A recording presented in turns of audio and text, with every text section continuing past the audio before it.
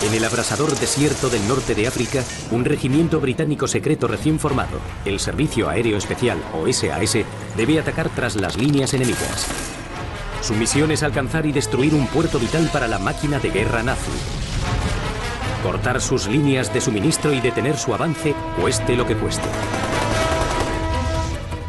El SAS tiene la pericia necesaria, pero ¿tendrá la experiencia que requiere esta peligrosa incursión?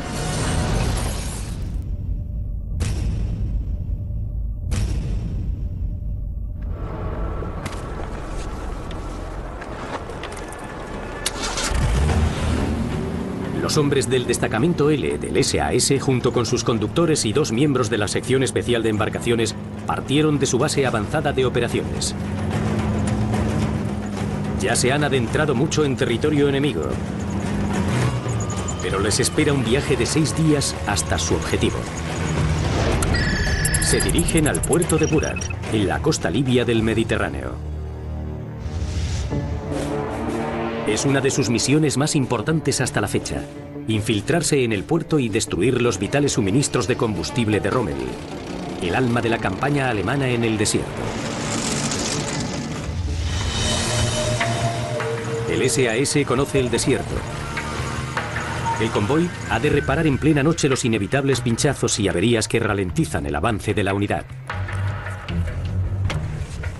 Se trata de un entorno árido e implacable, pero todos los hombres van armados y vestidos para esas duras condiciones. El uniforme del SAS no es en absoluto convencional y se basa en combinar y mezclar prendas diversas. Cada hombre lleva una camisa beige y pantalones largos o cortos. El turbante árabe les protege la cabeza del sol y el polvo.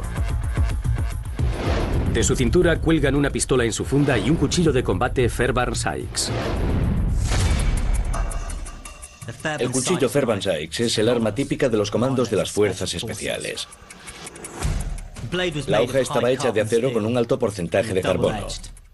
Tenía doble filo y la huella de un pulgar para un mejor agarre. El mango era de piel y tenía un pomo afilado en su base capaz de romper cráneos. Era un cuchillo delgado, diseñado para penetrar profundamente en la caja torácica y sacarlo sin tener ningún problema. Mientras el SAS se adentra aún más en territorio enemigo, pueden oír a lo lejos el ruido de los aviones alemanes e italianos peinando el desierto. Saben que el enemigo no tardará en ir en su busca.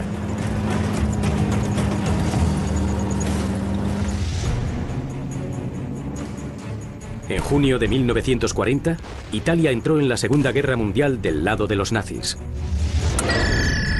Querían conquistar el protectorado británico de Egipto y tomar el control del Canal de Suez, un punto estratégico crucial.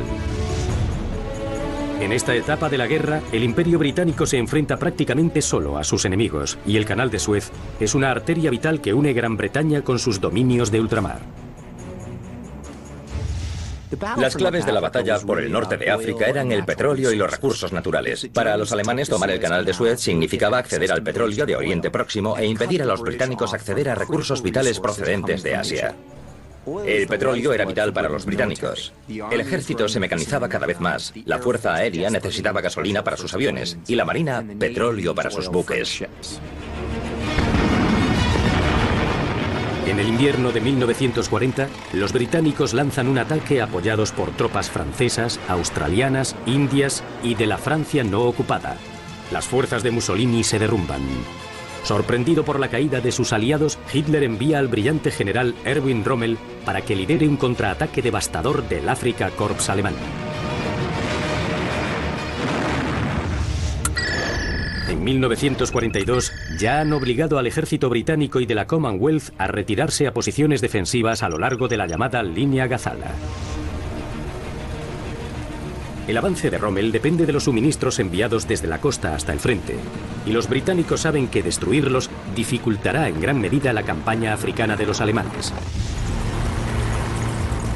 Al mando de esta misión, cuyo objetivo es el puerto de Burat, está el cerebro detrás del recién formado SAS, el comandante David Sterling.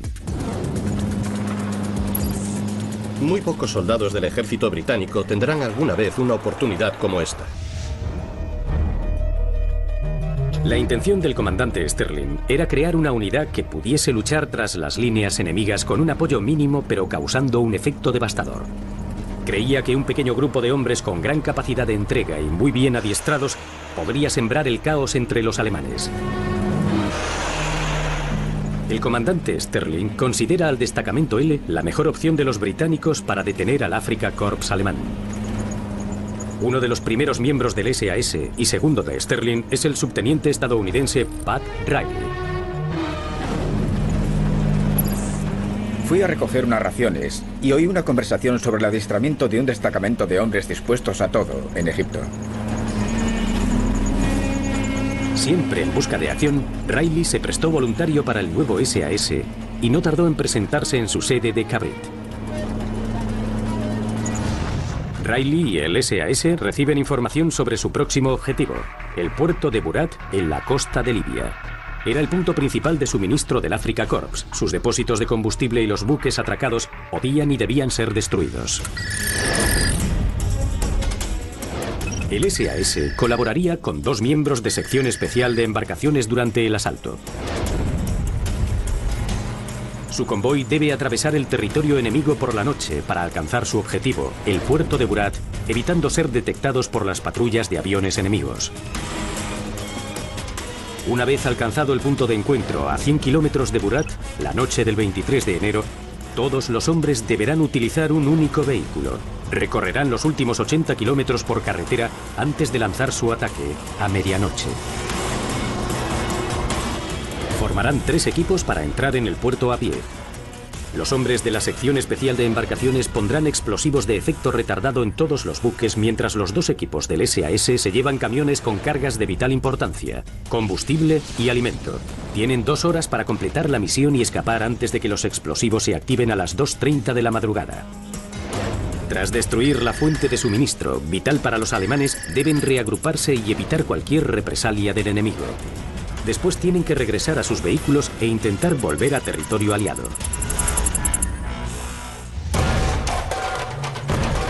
El transporte de combate del destacamento L es la camioneta Ford 01.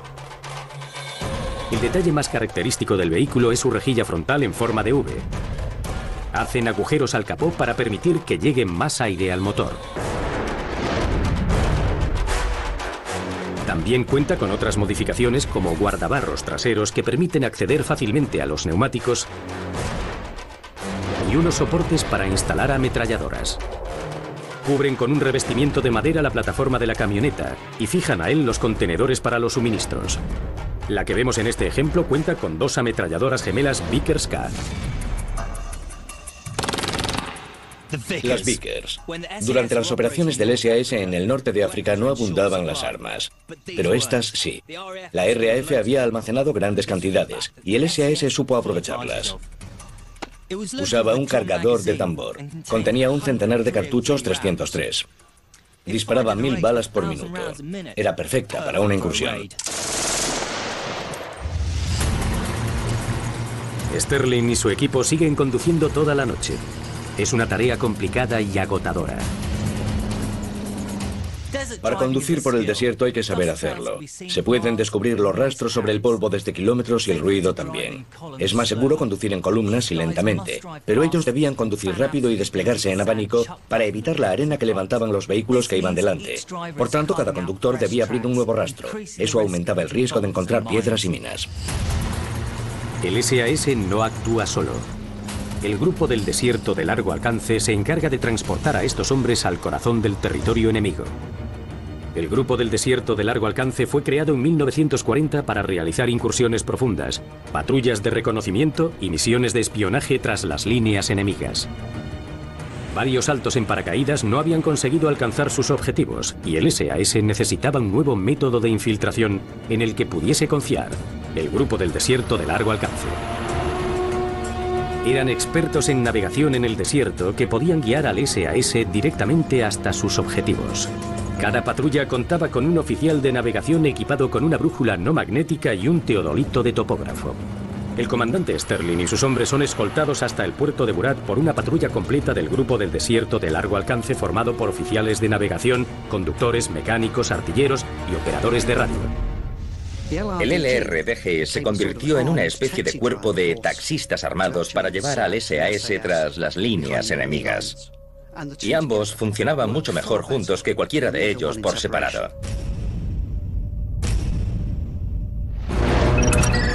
Tras 6 días de viaje, el destacamento L está a 320 kilómetros de su objetivo. Hasta ahora todo va bien, pero el comandante Sterling aún debe recibir las fotografías de reconocimiento aéreo que muestren la distribución del puerto de Burat y la ubicación exacta de los buques y los camiones de combustible que pretenden destruir.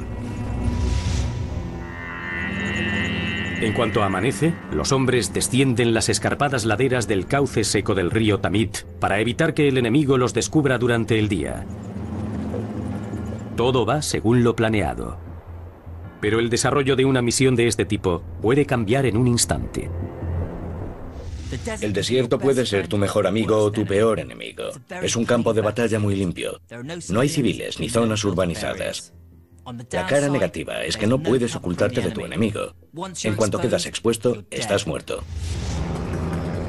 Un avión de reconocimiento italiano que realiza una patrulla de rutina descubre el campamento del SAS.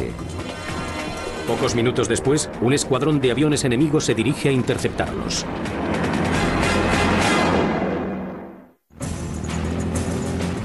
El comandante Sterling y su unidad de asalto están a medio camino de su objetivo, el puerto Burat, en la costa de Libia. Pero su misión para interrumpir unos suministros de cargamentos y combustible vitales para el general Erwin Rommel ya corre peligro. El SAS ha sido descubierto por el enemigo y está a punto de ser atacado por un escuadrón de aviones italianos.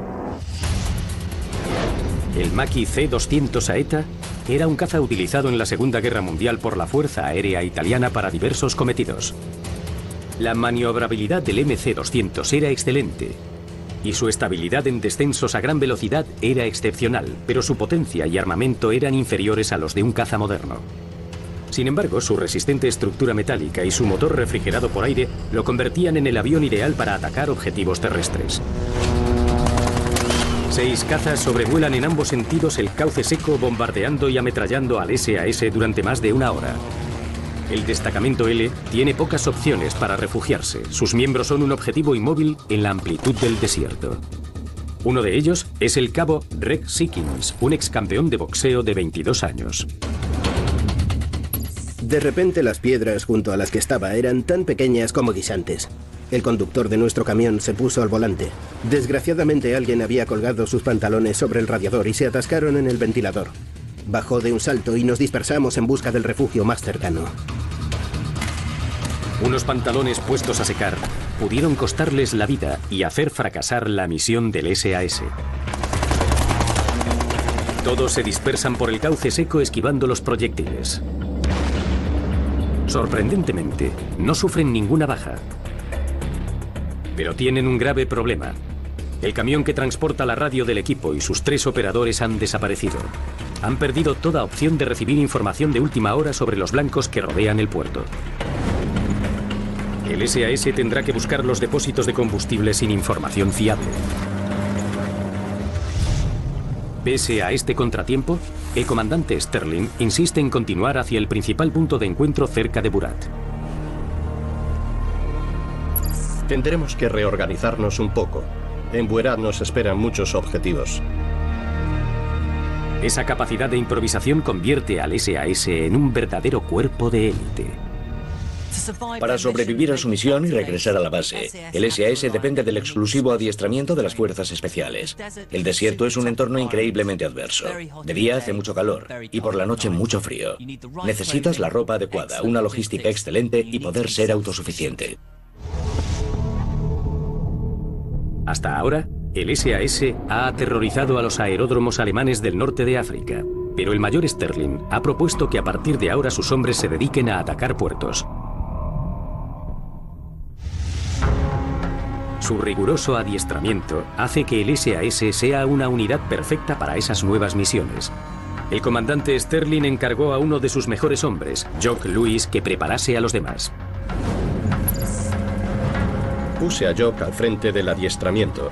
Era sin duda el mejor oficial de adiestramiento en la región del Oriente Próximo. improvisó técnicas de todo tipo que se convirtieron en la base de los métodos de evaluación actuales para el adiestramiento en el SAS. Las condiciones del desierto hacían que el entrenamiento fuese terrible. El adiestramiento de los paracaidistas incluía saltos desde altas torres de andamios y desde la compuerta trasera de una camioneta Bedford de 600 kilos que avanzaba por la arena a 50 kilómetros por hora. Su adiestramiento se basaba en el armamento, la orientación, los explosivos y una gran resistencia física. Las marchas forzadas nocturnas se convertían en maratones de hasta 50 kilómetros cargando con su pesado equipo. Simulábamos las condiciones nocturnas. Si adiestras a tus hombres en la oscuridad, pueden llegar a descubrir sus errores a su debido tiempo o incluso no llegar a descubrirlos.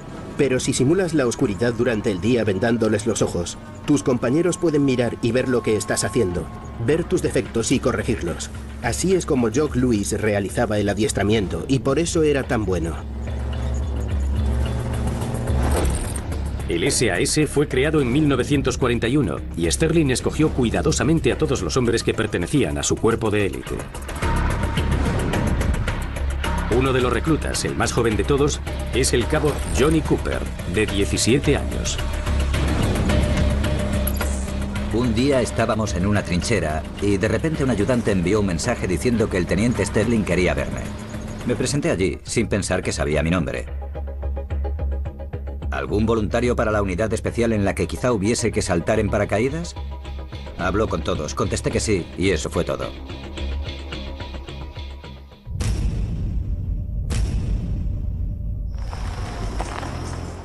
El SAS llega a su punto de encuentro a 100 kilómetros de Burat y camufla sus vehículos. Es el lugar al que regresarán cuando hayan cumplido su misión. Dos miembros de la sección especial de embarcaciones forman parte del grupo colaborando con el SAS por primera vez. Han sido adiestrados para buscar y sabotear blancos navales de gran valor y su objetivo es colocar minas magnéticas en los buques de Rommel del puerto de Burat y hundirlos. Su método principal de infiltración es la embarcación plegable Folbot. Esto que tenemos aquí es la versión moderna de la embarcación plegable, pero no ha cambiado mucho desde las que usaron en la Segunda Guerra Mundial. Lo primero que debemos hacer es abrir la funda y prepararla para meter la estructura. La estructura de madera es la columna vertebral de la barca, le da rigidez a su base. Todo está hecho de madera ligera, es muy resistente y también tiene aleaciones metálicas que son las piezas más modernas. Hace muchos años eran más pesadas, con madera, acero y tejidos más pesados. Comparadas con las usadas en la Segunda Guerra Mundial, hoy tenemos más suerte. Tenían que cargar con un equipamiento mucho más pesado. Usar una de estas embarcaciones en una operación implicaba estar tras las líneas enemigas de noche y en silencio. Una operación muy delicada. Estos son los pedales del timón, que están conectados por cables a la popa. Nos permiten controlar la dirección de la embarcación con los pies y usar los brazos solo para hacerla avanzar. Vas muy bien protegido, puedes dejar que las olas pasen por encima, pero no es estanca, así que entrará agua. Estos recipientes son importantes cuando tienes que achicar el bote. Cada cierto tiempo tienes que usarlos para evitar que se hunda por haberse llenado de agua. El último componente es la cubierta que va por encima. 2 juegos de remos. Te metes dentro, subes todo el equipo a bordo y ya puedes partir. Una vez camuflados sus 6 vehículos, el destacamento L parte en un único camión hacia Burat para atacar uno de los suministros de combustibles más importantes para Rommel.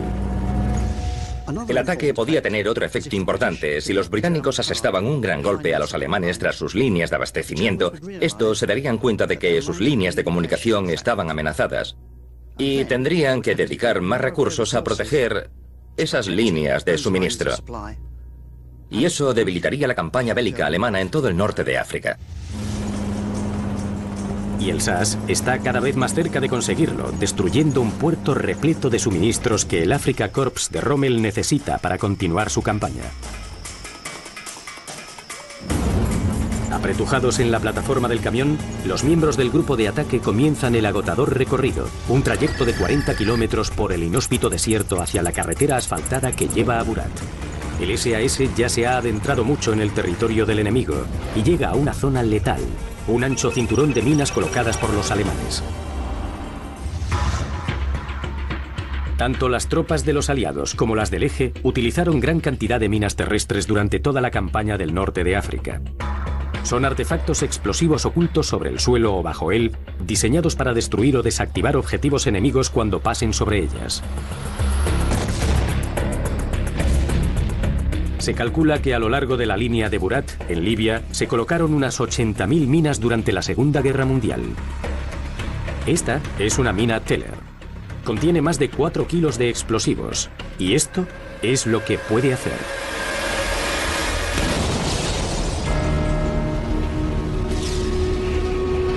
Algo que podría ocurrirle al SAS en cualquier momento.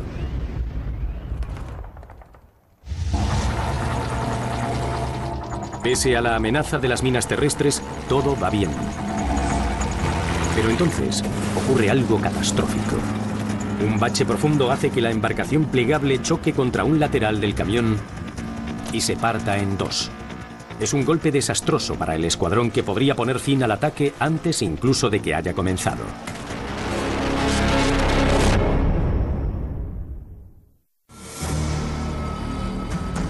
El equipo del SAS está a solo 20 kilómetros de su objetivo, el puerto de Burat, en la costa de Libia, vital para Erwin Rommel. Pero la misión de destruir los barcos de suministro anclados en el puerto corre peligro. Han perdido justo lo que necesitaban para realizarla, su embarcación plegable Folbot. El comandante Sterling debe trazar rápidamente un nuevo plan. Si no podemos destruir los buques, destruiremos las instalaciones portuarias. Son igual de importantes. Si el enemigo no puede descargar sus suministros, será como si los hubiésemos hundido.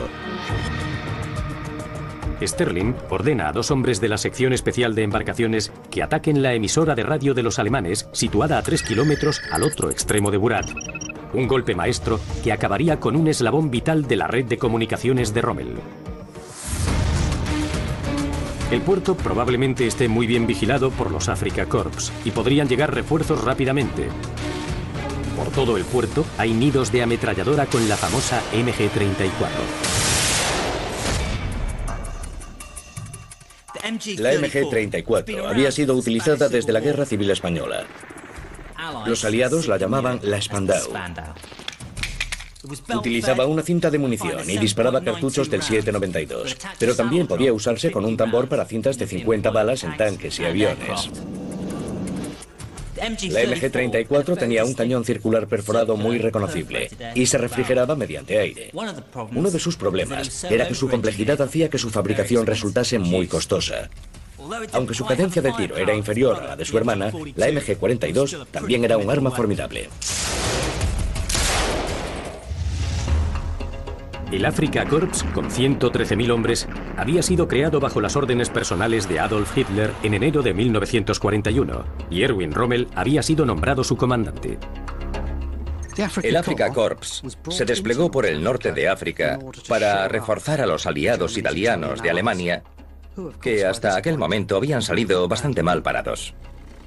El Afrika Korps presentaba diversas ventajas, algunas eran tecnológicas, como sus tanques, pero también contaba con el liderazgo de Erwin Rommel, que se convirtió en una especie de leyenda tanto entre sus enemigos como entre sus aliados.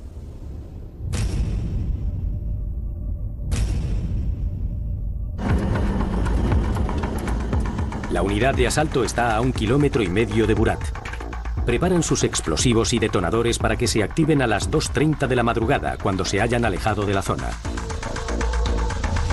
Se dividen en 3 unidades de sabotaje, mientras el conductor espera junto al camión.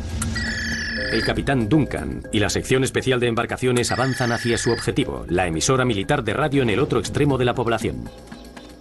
Los otros 2 grupos, liderados por el comandante Sterling y el subteniente Riley, se acercan al puerto desde lados opuestos. El comandante Sterling y sus hombres son los primeros en avanzar. El sigilo es crucial. Nadie debe usar un arma para evitar alertar a las fuerzas defensivas. Sin contacto por radio, cada uno de los grupos ha de actuar en solitario. Se acercan a sus objetivos y el puerto está a su merced. Durante su campaña en el norte de África, el Afrika Korps depende sobre todo del transporte marítimo para hacer llegar suministros vitales como combustible, agua, municiones y recambios desde Italia hasta el frente.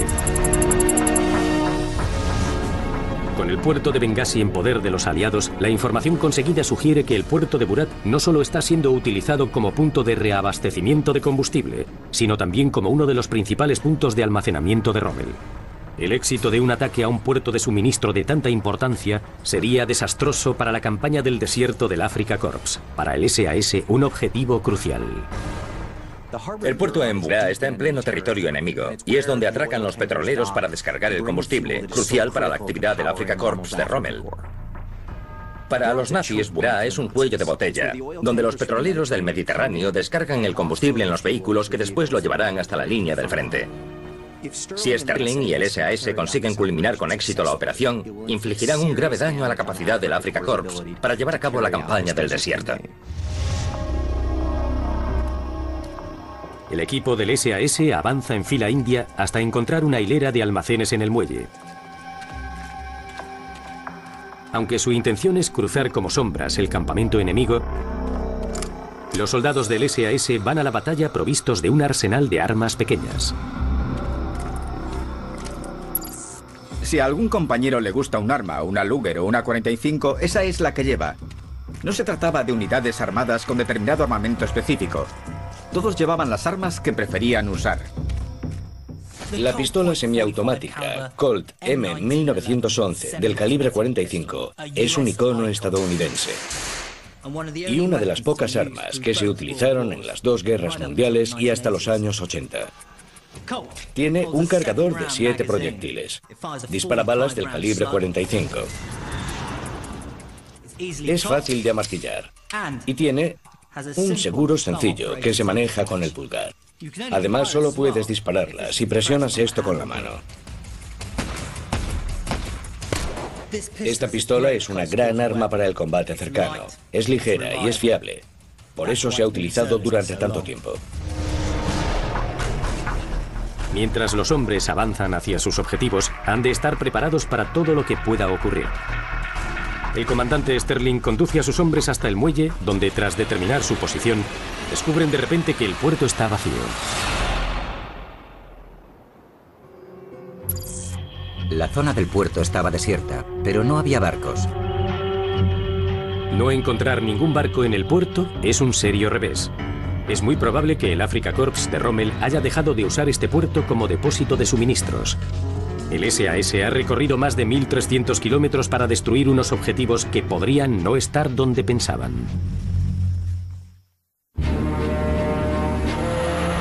El escuadrón de demolición del SAS, al mando del comandante Sterling, ha sobrevivido a un intenso ataque de la aviación enemiga y su única embarcación ha quedado inutilizada.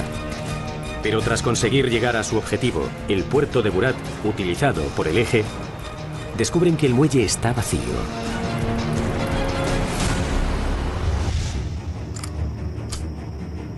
El comandante Sterling no tiene más opción que seguir adelante con su equipo y destruir todos los objetivos que puedan encontrar. Comienzan con una hilera de almacenes, divide a sus hombres. Un grupo permanecerá en el exterior vigilando, mientras el otro equipo comienza a preparar el caos que han venido a crear.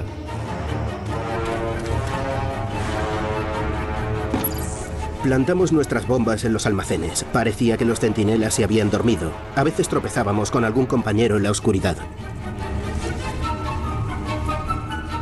El inventor de la ingeniosa bomba de fabricación casera del SAS era uno de los padres fundadores de la unidad, Jock Lewis.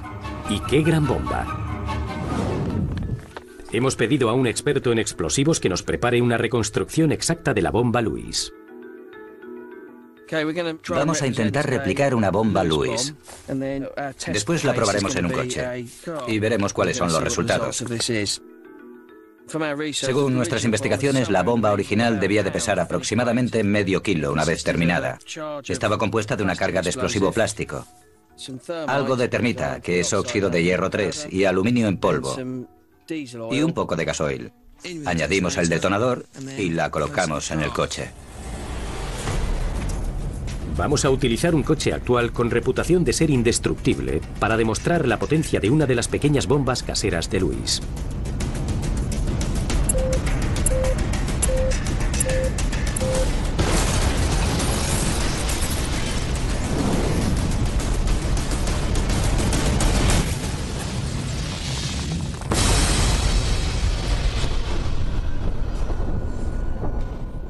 Nos gusta la bomba Lewis. Ha demostrado ser muy eficaz. Y eso que no contenía una gran cantidad de explosivo. La bola de fuego que ha creado ha sido grande, más de la que puede explicar la cantidad de gasoil que he puesto. Creo que ha sido una buena improvisación.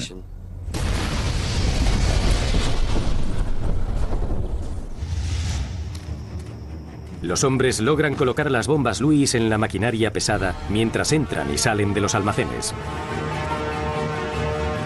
Su trabajo ha finalizado y el comandante Sterling ordena a sus hombres regresar al punto de encuentro, pero también permanecer atentos a otros posibles objetivos. Y encuentran uno de gran importancia: una explanada llena de camiones de combustible. Sin perder un instante, el escuadrón coloca 9 bombas en 5 minutos.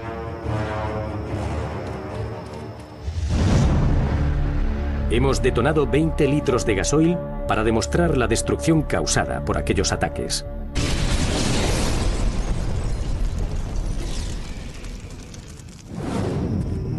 El efecto de una bomba Lewis en un camión cisterna cargado con 15.000 litros de gasoil tuvo que ser devastador.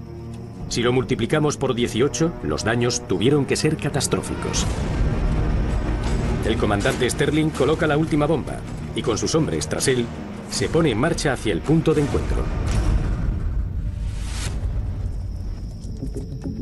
El subteniente Riley, al frente de su equipo de 6 hombres, rodea el extremo opuesto del puerto.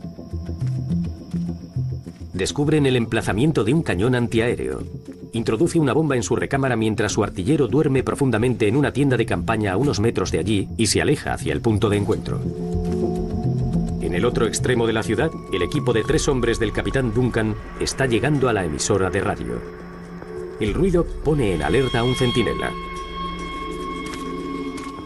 Pero afortunadamente no los ve.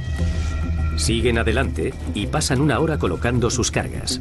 14 kilos de TNT con detonadores que se activarán 2 horas después. No hay duda de que la emisora de radio será destruida. Hasta el momento la operación ha sido un éxito. En lugar de rendirse, el SAS ha convertido un desastre en una oportunidad, algo que encaja con el lema del SAS: quien arriesga gana.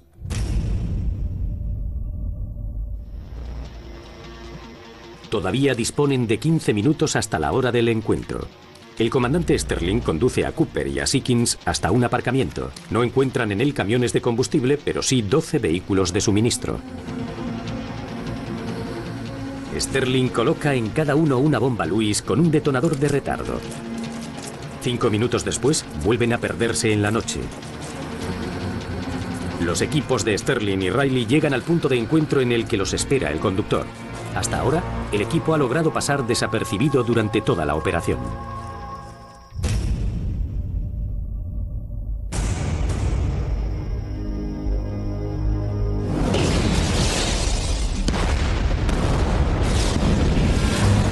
Mientras se alejan de Burat, Sterling cree haber asestado un buen golpe. El puerto quedará inutilizado durante muchas semanas. Pero para que la operación sea un éxito total, el capitán Duncan debe conseguir destruir el centro de transmisión de radio. El comandante Sterling no sabrá el resultado de la misión de Duncan hasta que se reúna con la sección especial de embarcaciones al día siguiente. El equipo del SAS consigue regresar al punto de encuentro principal sin sufrir ningún daño. Ahora deben pasar el resto de la noche ocultos.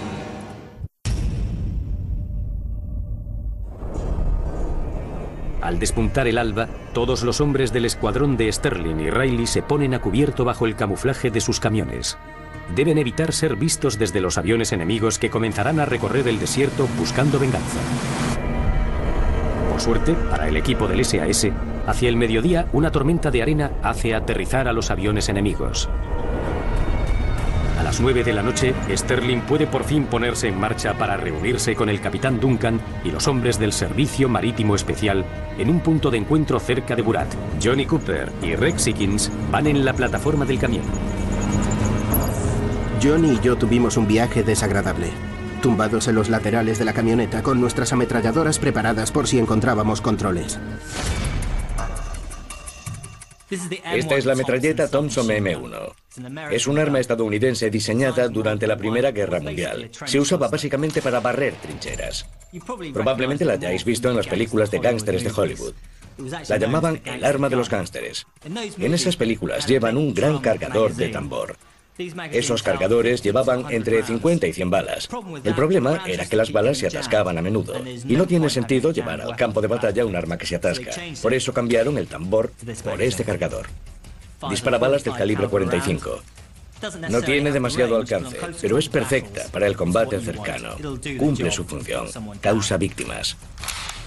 Es sólida y tranquilizadoramente pesada, y cuando la sujetas eres consciente de llevar un arma.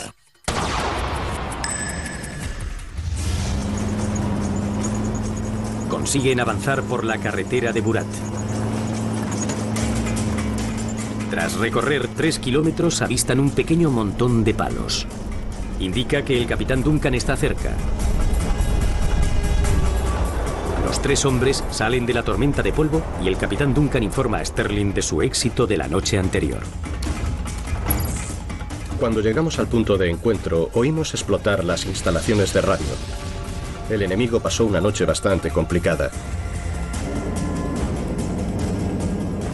La RAF hizo una incursión a las 10 de la noche, atacó el puerto durante 20 minutos y se alejó volando. No creo que quedase mucho que bombardear. El éxito de la operación implica que el puerto estará inactivo durante mucho tiempo.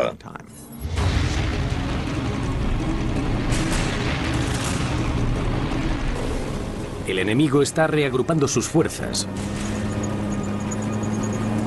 Pero mientras el SAS escapa, sigue buscando objetivos para atacar. Pocos minutos después encuentran otro camión de combustible alemán detenido junto a la carretera. Es del mismo tipo que han destruido la noche anterior y parece estar abandonado. Sería imperdonable dejar pasar la oportunidad, y además la noche es fría y siempre es agradable calentarse las manos. Colocan la bomba en el tanque de combustible y esperan. Pero no ocurre nada. El comandante Sterling regresa al camión para ver qué ha ido mal. En cuanto recoge la bomba, el detonador se activa. El equipo del SAS ha conseguido colocar sus bombas en todos los objetivos importantes que ha podido encontrar en el puerto de Burat. Pero su misión aún no ha terminado.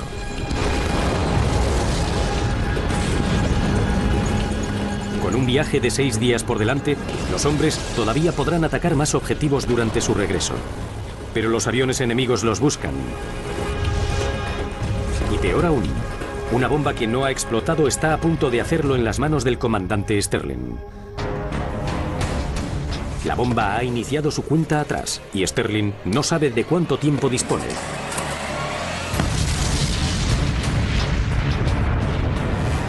Aunque ha estado a punto de morir, Sterling coloca otra bomba con un detonador de 10 segundos en el camión de combustible. Esta vez todo sale según lo planeado y el camión de combustible alemán parece fundirse entre las llamas.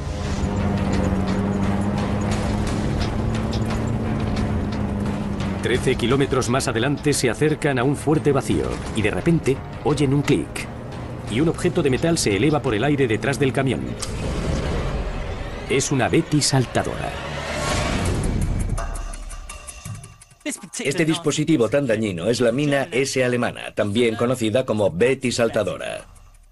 Era una mina antipersonal que se enterraba en el suelo, así que solo asomaba la punta. En cuanto se activaba, saltaba y se elevaba unos 120 centímetros, y sus potentes explosivos lanzaban rodamientos y metralla que trituraban todo lo que había cerca. Un mal paso podía activar su carga mortal.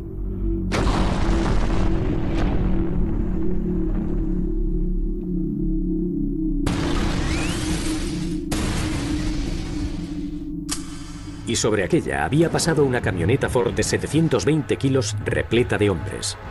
La mina está en el aire a unos centímetros de ellos.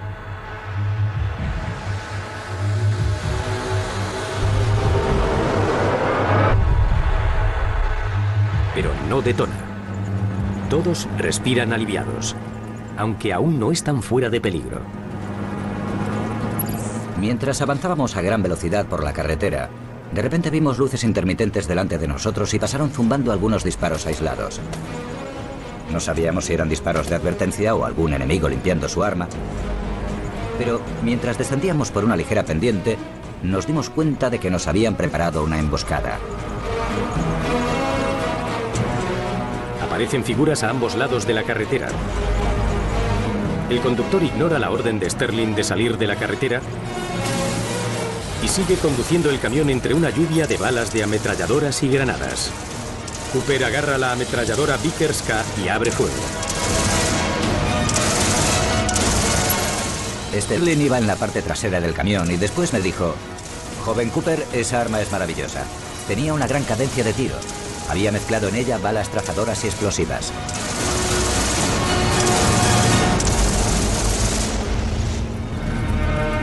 Milagrosamente, los hombres escapan ilesos del ataque y consiguen regresar a su base en Yalo.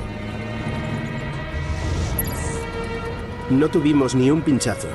Una vez más logramos llegar al punto de encuentro a tiempo de desayunar.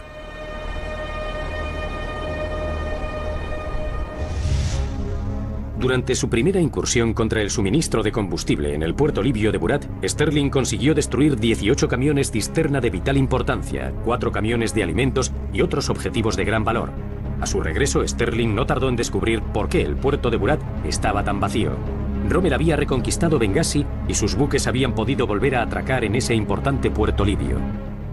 Burat fue una pieza esencial de la guerra durante un tiempo, pero tras el ataque del SAS ya no podía cumplir una función importante para Rommel y el Afrika Korps.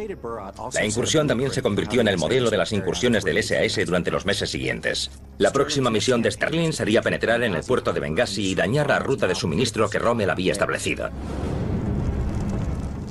Pese a los reveses iniciales, fue una incursión de sabotaje ejemplar. El SAS logró ocultarse de día y de noche y abrirse paso hasta el puerto de Burat. Consiguieron entrar y salir del territorio ocupado por el enemigo sin sufrir ninguna baja. Conservar el elemento sorpresa durante toda la incursión. Colocar bombas en todos los vehículos que encontraron y no dejar intacto ningún objetivo. La guerra de guerrillas no ha hecho más que empezar. No hay duda de que el comandante David Sterling fue el pionero de algo grande. El SAS marcó un hito en la campaña británica del desierto y en última instancia ayudó a cambiar el rumbo de la guerra contra las fuerzas del eje. Aunque el SAS empezó como una pequeña unidad del desierto en la Segunda Guerra Mundial, a partir de entonces se ganó una reputación mundial en todos los campos de las operaciones especiales. La derrota del Afrika Korps se inició en noviembre de 1942 con la invasión conjunta de los británicos y los estadounidenses del África del Norte francesa. Su nombre en clave fue Operación Antorcha. Una serie de desembarcos anfibios hizo que el ejército de Rommel tuviese que retirarse rápidamente y en mayo de 1943 la fuerza del avance de 2 ejércitos aliados detuvo al Afrika Korps y lo obligó a rendirse. Pero fue el temerario trabajo del SAS tras las líneas enemigas lo que ayudó a debilitar las fuerzas del eje y a acelerar su derrota. Hacia el final de la guerra en el norte de África, el SAS había destruido más de 320 de los aviones de Rommel y debilitado muchos de sus puertos vitales de transporte y suministro. Las operaciones ofensivas del SAS terminaron por costarle la libertad al comandante David Sterling. Fue capturado por los alemanes en enero de 1943. Tras 4 intentos de fuga, fue trasladado al famoso castillo de Colditz, en el corazón de Alemania, donde pasó el resto de la guerra.